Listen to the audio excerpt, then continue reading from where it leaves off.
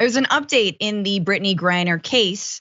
Brittney Griner, again, WNBA player, currently being held in Moscow, in Russia, where she was playing basketball. She's going now to trial and she's going to trial on drug charges that she potentially had THC on her person, and she could face 10 years in prison. And yet somehow we're not talking about this American who's being held hostage, who's being imprisoned. But Griner was recently seen arriving at the Khimki City Court in handcuffs shortly after noontime in Moscow on Friday, wearing a Jimi Hendrix t-shirt and sneakers without laces, which are forbidden in Russian jails. 3 employees of the US Embassy, including the Deputy of Chief of Mission Elizabeth Rood, were present in the courtroom. Griner was seated in a cage with a Ziploc bag of cookies and a bottle of mineral water. She was able to speak to reporters, and she did tell Reuters that she was finding detention hard because she was unable to speak Russian and she was unable to fully keep up with physical fitness, doing only general exercises such as stretching. Now it's unclear like what Moscow wants to get out of this. It feels like they're not getting it, considering how little media attention is being shown on her case. At the same time, there could be things happening behind the scenes that we don't know about. US experts are basically saying like this is a show trial. This is a negotiation tactic, and yeah, she's gonna be sentenced. So for the most part, the trial, in heavy quotes, will just be a judge reading the prosecutor's case on file into the record. At some point, prosecutors will call witnesses, and the judge will often lead the questioning. Sometimes the prosecutors will sit there like potted plants, one expert said, someone who's familiar with the Russian judicial system. Griner, like most defendants, is expected to spend the trial in a sealed barred cage. I feel like we remember that from the Pussy Riot trials and others. There is no jury. Russia uses juries only for the most serious felonies, and there are typically no surprises in court. Only the most serious felonies, THC found on her person, and she's facing 10 years. Is she gonna get acquitted? Well, doesn't look like it. 99% of Russian criminal cases end in a conviction, and that's without the political factors in her case. Russian judges tend to be forced out of office if they acquit too many defendants.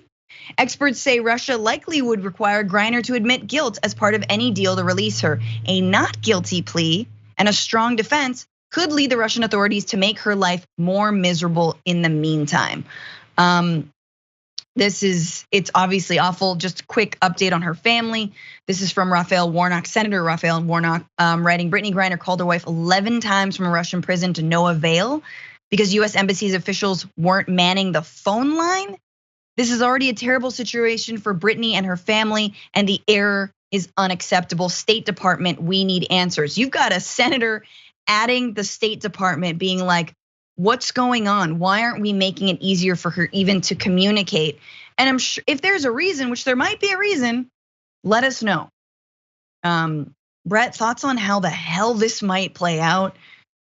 I mean, what a terrifying situation to be in if you're Brittney Griner. Like, you had a little bit of weed, and it's funny. It's just like in LA, or in the US, where like they're like, all right, we want to arrest this person. They probably have weed on them. Let's go arrest them based on that, and then it turns into, before you know it, decades of your life, depending on the situation. Yeah, that's one thing that's horrifying.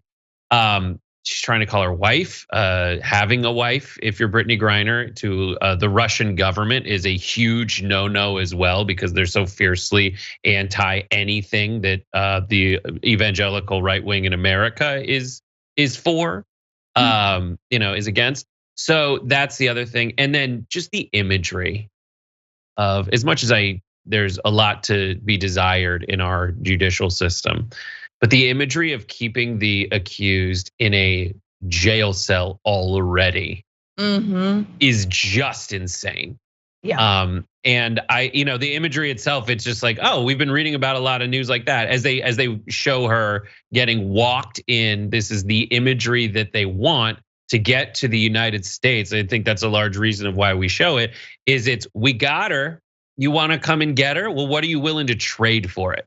Right. That's what the Russians are all about. But just watching the news this week, it's like I feel like a lot of America felt like they themselves were in a courtroom in a giant cage as justices told them what rights they didn't get to have anymore, and there was nothing they could do about it in their defense. Totally, and on by the same token, I'm looking at it and going like, oh, this is the judicial system that the United States wants.